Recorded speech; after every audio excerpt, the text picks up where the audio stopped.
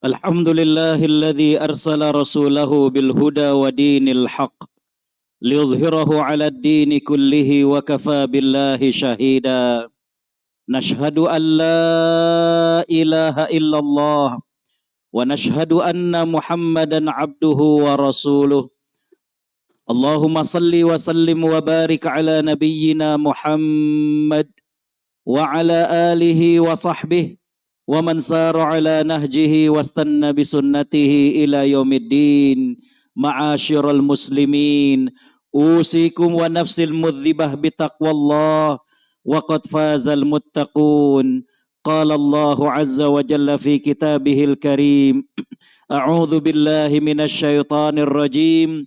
Ya ayyuhalladzina amanu taqullaha haqqa tuqatih wala tamutunna illa wa antum muslimun. Sadaqallahul azim. Hadirin sidang salat Jumat yang dimuliakan Allah Subhanahu wa taala. Tentunya tiada kata yang pantas kita lantunkan di Jumat di awal tahun daripada 1447 Hijriah ini melainkan ucapan syukur. Alhamdulillah. Betapa sayangnya Allah kepada kita, betapa banyaknya nikmat dan karunia yang Allah limpahkan kepada kita. Sungguh kalau kita bermaksud menghitung nikmatnya, kita tidak akan sanggup untuk menghitungnya. Tapi memang Allah tidak meminta kepada kita untuk menghitung nikmatnya. Yang Allah minta kepada kita adalah mensyukuri nikmatnya. Hanya saja saking begitu derasnya Allah mengucurkan nikmat kepada kita, sampai-sampai terkadang kita tidak sadar bahwa apa yang sudah kita miliki merupakan karunia besar dari Allah. Belum tentu orang lain diberikan karunia yang sama. Di antara begitu banyaknya nikmat yang Allah beri kepada kita, yang paling terbesar adalah Allah masih menitipkan iman dan Islam di hati kita. Kita berdoa mudah-mudahan Allah memberikan istiqomah kepada kita dan kelak mewafatkan kita dalam keadaan husnul khatimah. Amin ya rabbal alamin. Tak lupa salawat teriring salam kita haturkan kepada Nabi kita Nabi Muhammad sallallahu alaihi wasallam, yang kita harapkan mudah-mudahan dengan kita beriman kepadanya, dengan kita mencintainya, dengan kita mengamalkan sunnah-sunnahnya, dengan kita membela beliau, Allah muliakan kita untuk berjumpa bahkan satu surga dengan beliau di akhirat kelak. Amin ya rabbal alamin. Hadirin sidang Jumat yang dimuliakan Allah Subhanahu wa taala. Ada beberapa fakta sejarah menarik berkaitan dengan peristiwa hijrah. Yang pertama adalah bahwa hijrah ke Madinah ini bukan hijrah yang pertama kali yang dilakukan dan direkayasa oleh Nabi Shallallahu Alaihi Wasallam. Nabi betul-betul mempertimbangkan dan memperhitungkan bagaimanakah dakwah ini untuk lebih meluas. Berapa tahun di Mekah, Nabi Shallallahu Alaihi Wasallam melihat pertumbuhan mereka-mereka yang beriman tidak terlalu banyak. Maka Nabi Shallallahu Alaihi Wasallam kemudian mencoba yang pertama kali dengan mengutus 70 orang sahabat di bawah pimpinan dari Ja'far bin Abi Thalib radhiyallahu an untuk hijrah ke Habasyah. Namun ternyata negeri Habasyah juga bukan negeri yang subur untuk dakwah Islam. Mayoritas dan juga masyarakatnya adalah beragama Nasrani. Hanya rajanya saja yang kemudian beriman kepada Allah dan Nabi Muhammad sallallahu alaihi wasallam. Yang kedua, Nabi Muhammad sallallahu alaihi wasallam mencoba untuk hijrah ke Taif. Namun apa yang didapat ternyata penolakan dari masyarakat di Taif. Bahkan bukan itu saja, mereka para penduduk Taif memerintahkan kepada hamba sahaya mereka untuk mengusir Nabi Muhammad sallallahu alaihi wasallam dari tempat mereka. Maka setelah itu Nabi SAW berpikir kemanakah untuk mengembangkan dakwah. Setiap kali musim haji, orang-orang Arab dari berbagai kaum datang, Nabi mendakwahi mereka. Hingga pada tahun ke-11 kenabian, beliau mendakwahi kaum satu demi satu, hingga beliau sampai ke daerah Aziziyah. Menurut para sejarawan, dekat Aziziyah itulah beliau berjumpa dengan 13 orang yang berasal dari Yathrib atau Madinah. dan kemudian mereka ternyata menerima daripada dakwah Nabi SAW. Itulah yang disebut dengan Bai'at Aqabah yang pertama.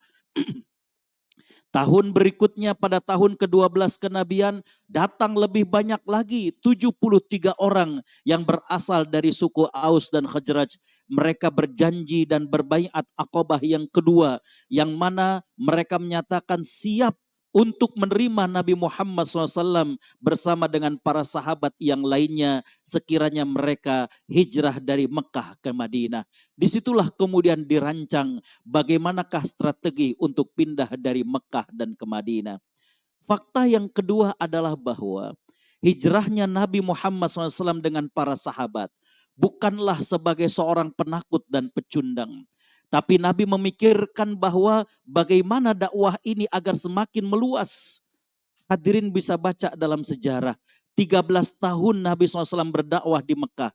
Mereka para sahabat yang dikategorikan dengan muhajirin itu tidak lebih dari 157 sahabat. Tapi hadirin bisa lihat ketika Nabi sampai ke Madinah, 1 tahun berikutnya terjadi perang Badar. Jumlah sahabat sudah meningkat menjadi 313 orang sahabat. Tahun berikutnya, tahun ketiga hijrah, terjadi perang Uhud, di mana bangsa Quraisy masih penasaran dengan kekalahan mereka pada saat perang Badar. Saat itu kaum muslimin yang ikut dalam perang Uhud adalah lebih dari 1.000 orang. Kita lihat bagaimana percepatan pertumbuhan daripada orang-orang yang beriman. 13 tahun di Mekah, 157 orang sahabat yang beriman. Tapi baru 1 tahun, memasuki tahun yang kedua, ternyata jumlahnya sudah 2 kali lipat, 313. Berikutnya 1.000. Kita ambil langsung tahun ke-8 hijrah. Ketika peristiwa Sulhul Hudaybiyah atau perjanjian damai Hudaybiyah, jumlah sahabat yang ikut diperkirakan 9.000 sampai 10.000 sahabat. Terjadi kuantum percepatan yang luar biasa. Jadi hijrah, jangan dibayangkan bahwa Nabi kita Nabi Muhammad SAW dengan para sahabat, mereka meninggalkan Mekah seperti orang yang ketakutan dan kalah. Bukan. Ini adalah sebuah strategi bagaimana dakwah harus makin meluas. Fakta yang ketiga adalah Nabi SAW berangkat bersama sahabat Abu Bakar As-Siddiq sebenarnya bukan pada bulan Muharram. Tapi mereka meninggalkan kota Mekah di akhir bulan Safar. Dan sampai di Madinah, yaitu di awal bulan Rabiul Awal. Namun mengapa di masa Umar bin Khattab yang dijadikan sebagai awal bulan dalam pengkalenderan hijrah adalah bulan Muharram? Karena para sahabat sudah mengetahui niat dan keinginan Nabi untuk hijrah sudah dimulai dari bulan Muharram.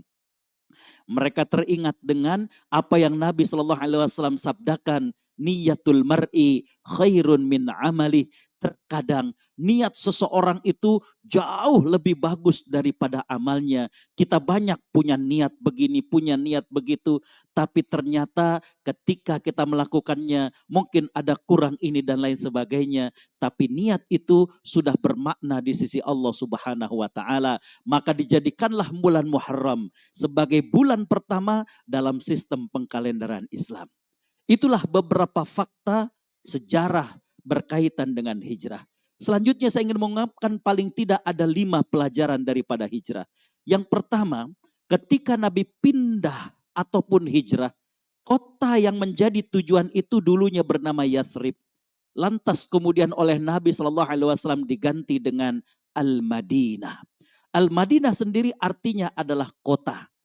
Orang-orang Arab juga menggunakan akar kata dari Madinah dengan ungkapan tamaddun yang artinya adalah peradaban.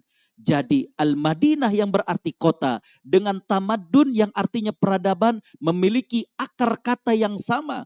Seolah-olah Nabi SAW ingin mengajarkan bahwa kalau seseorang itu ingin dikatakan sebagai orang kota, hendaklah mereka memiliki peradaban, mereka memiliki adab, mereka memiliki manners, mereka memiliki akhlak yang mulia, barulah disebut dengan orang kota.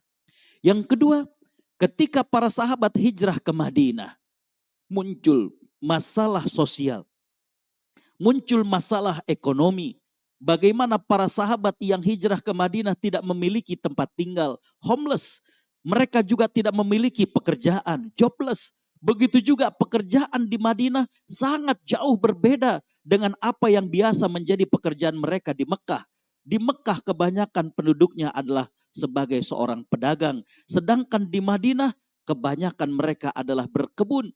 Nabi Shallallahu Alaihi Wasallam memiliki satu ide dan polisi yang sangat jitu, apa yang disebut dengan ta'akhi. Bagaimana beliau mempersaudarakan antara sahabat-sahabat muhajirin dengan sahabat-sahabat ansor. Dari 157 sahabat yang hijrah, saya cari, saya baca dan saya kumpulkan, itu sekitar 90-nya dipersaudarakan dengan sahabat dari ansor. Dan Nabi tahu betul bagaimanakah ya perangai, perilaku, kelebihan, kekurangan dari masing-masing sahabat, sehingga antar sahabat dengan satu dipersaudarakan dengan sahabat yang memang sekufu ataupun selevel dengan dirinya. Hadirin khotal iman rahimakumullah, inilah yang kemudian menyelesaikan masalah sosial. Inilah yang kemudian menyelesaikan masalah ekonomi yang terjadi pada saat peristiwa hijrah. Dan bukan itu saja, yang menariknya adalah ketika para sahabat dari Ansor menawarkan banyak hal. Contohnya sahabat Sa'ad bin Rabi', salah satu ketua kabilah Aus, itu dipersaudarakan dengan sahabat Abdurrahman bin Auf radhiyallahu anhuma. Sahabat Sa'ad bin Rabi' mengatakan, wahai Abdurrahman, aku memiliki beberapa istri. Kau lihat, jika ada yang kau tertarik dengannya, maka aku akan ceraikan. Selesai iddahnya bisa kau nikahi. Aku punya sekian kebun, kau lihat, maka aku akan berikan kepadamu. Subhanallah. Tapi sahabat Abdurrahman mengajarkan bahwa di samping orang lain harus baik, di samping muslim yang lain dituntut untuk dermawan, maka satu lagi juga dituntut untuk memiliki iffah. Bagaimana harga diri untuk tidak memanfaatkan kebaikan orang lain. Sahabat Abdurrahman bin Auf hanya mengatakan, barakallahu fi ahlika wa malika. Mudah-mudahan Allah memberkahi keluargamu. Mudah-mudahan Allah memberkahi daripada hartamu. Dullani ala suq. Cukup tunjukkan kepadaku di manakah yang namanya pasar bagi diriku. Hadir khotal iman rahimakumullah, saya baru pulang haji, menarik sekali ketika mendapatkan kabar bahwa para imam di Masjidil Haram, mereka tidak digaji dengan APBN. Ya. Karena betapa mulianya menjadi imam dari masjid yang merupakan kiblat kaum muslimin. Tapi setiap bulan mereka akan diberikan cek kosong. Mereka dipersilakan untuk mengisi berapa keperluan mereka. Dan subhanallah, di samping daripada kebaikan yang disodorkan kepada para ulama-ulama tersebut, ternyata menurut informasinya, para imam-imam Masjidil Haram ini tidak pernah lebih menuliskan 20 juta kebutuhan mereka. Padahal 20 juta ini mungkin tidak cukup. Tapi itulah iffah daripada para imam-imam yang ada. Hadir khotal iman rahimakumullah. Nabi SAW bersabda, sesungguhnya pada hari Jumat ada suatu waktu yang Allah kabulkan doa seorang hamba. Dan kita berharap waktu itu adalah pada saat ini. Barakallahu li walakum. Wa nafa'ini wa iyyakum bima fihi minal ayati wa dzikril hakim. Wa taqabbala minni tilawatahu. Innahu huwal ghafurur rahim.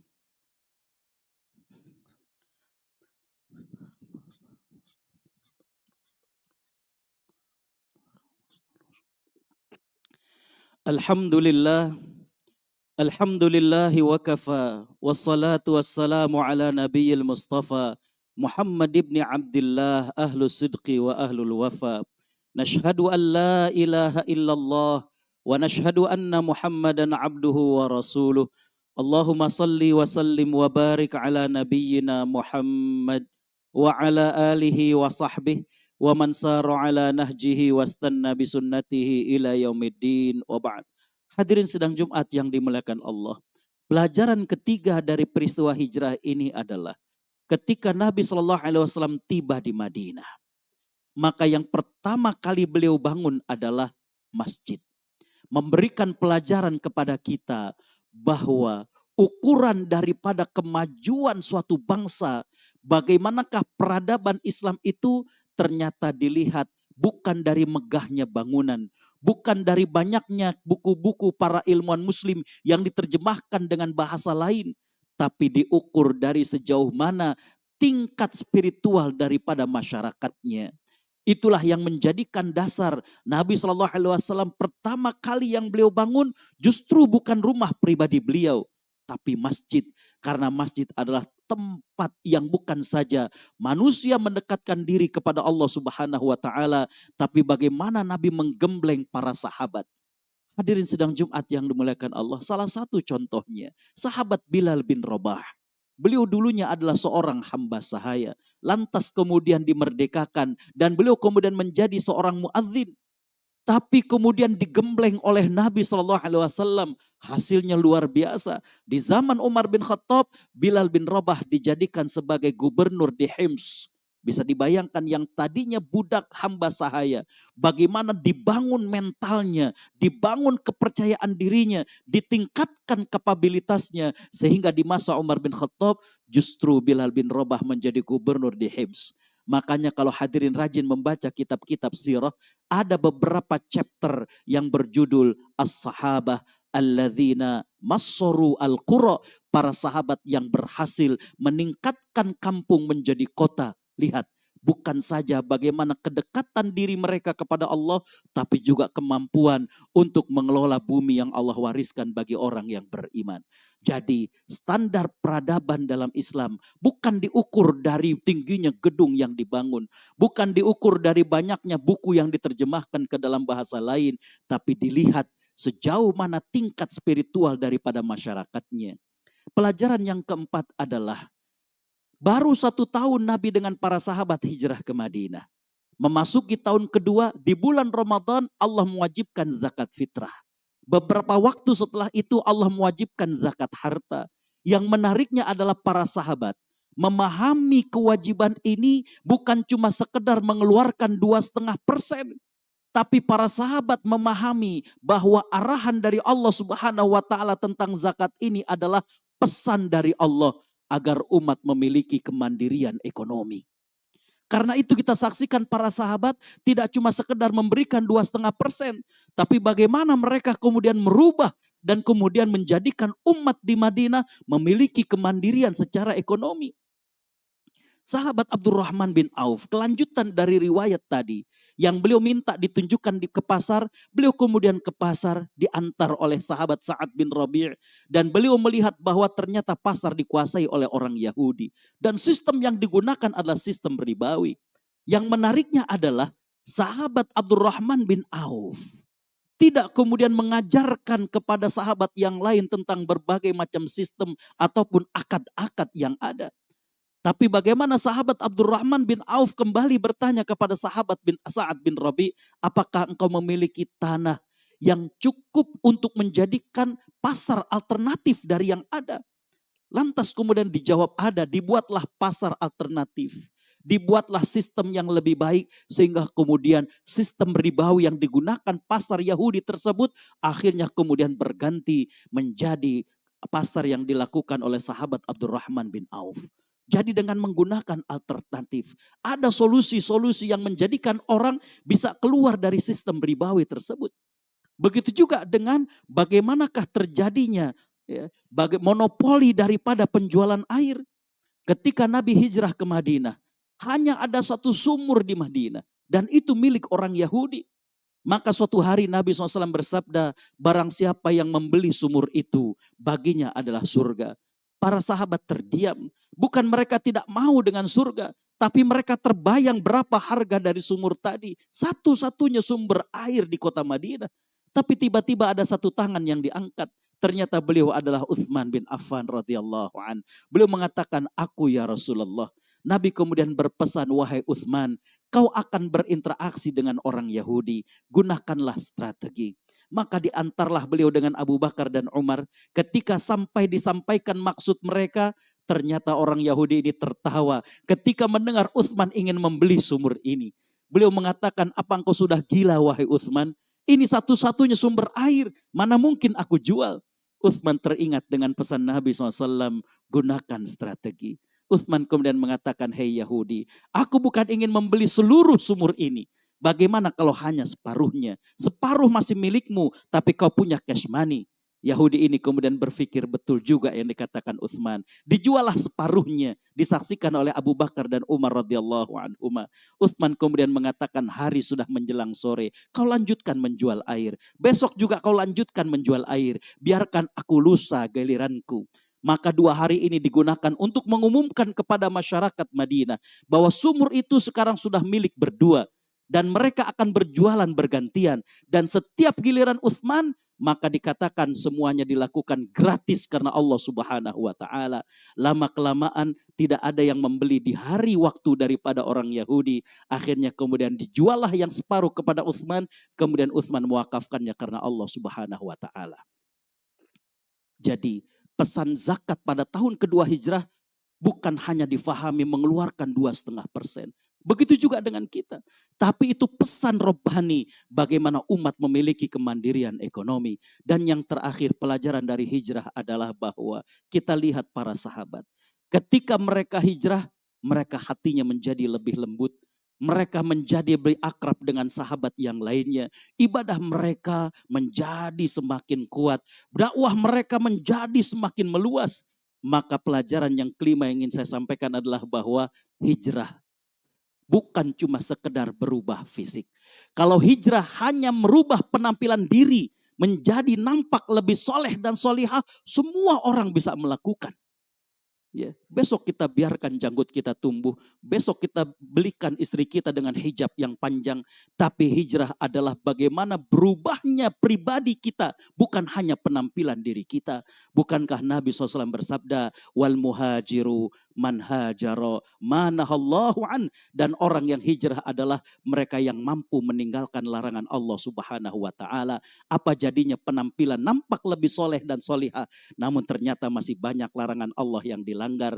Karena esensi dari hijrah adalah merubah pribadi, bukan hanya merubah penampilan diri.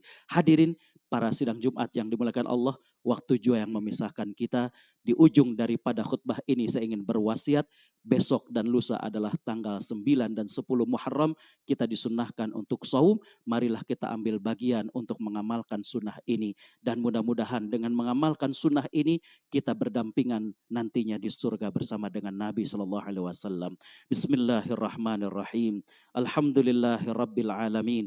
Hamdan syakirin, hamdan na'imin, hamdan yuwafi ni'amahu wa yukafi mazidah. Ya Rabbana lakal hamdu wa lakal syukru kama yanbaghi li jalali wajhika wa azimi sultanik. Allahumma salli ala Muhammad wa ala alihi wa sahbihi ajma'in. Rabbana zalamna anfusana wa illam taghfir lana wa tarhamna lanakunanna minal khasirin. Allahumma ighfir lana wali walidina warhamhum kama rabbawna sighara. Rabbana hablana min azwajina wa dhurriyyatina qurrata a'yun waj'alna lil muttaqina imama. Rabbi ij'alni muqimas salah wa min dhurriyyati rabbana wa taqabbal du'a. Allahumma kfina bihalalika an haramik wa bifadlika amman siwak.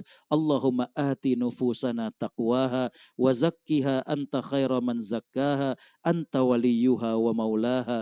Allahumma a'izzal islam wal muslimin wa a'li bifadlika kalimatal haqqi wad din.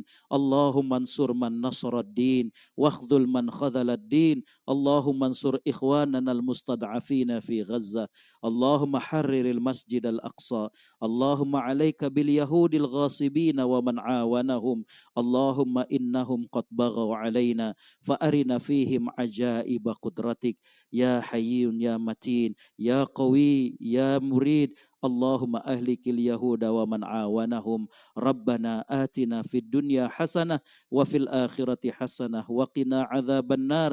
Wa bifadli subhana rabbika rabbil izzati amma yasifun wa salamun alal mursalin walhamdulillahi rabbil alamin. Ibadallah, innallaha ya'murukum bil adli wal ihsan wa ita'i dzil qurba wa yanha 'anil fahsya'i wal munkari wal baghi ya'izukum la'allakum tadhakkarun. Udhkurullaha yadhkurkum wa la dzikrullahi akbar wa aqimis shalah.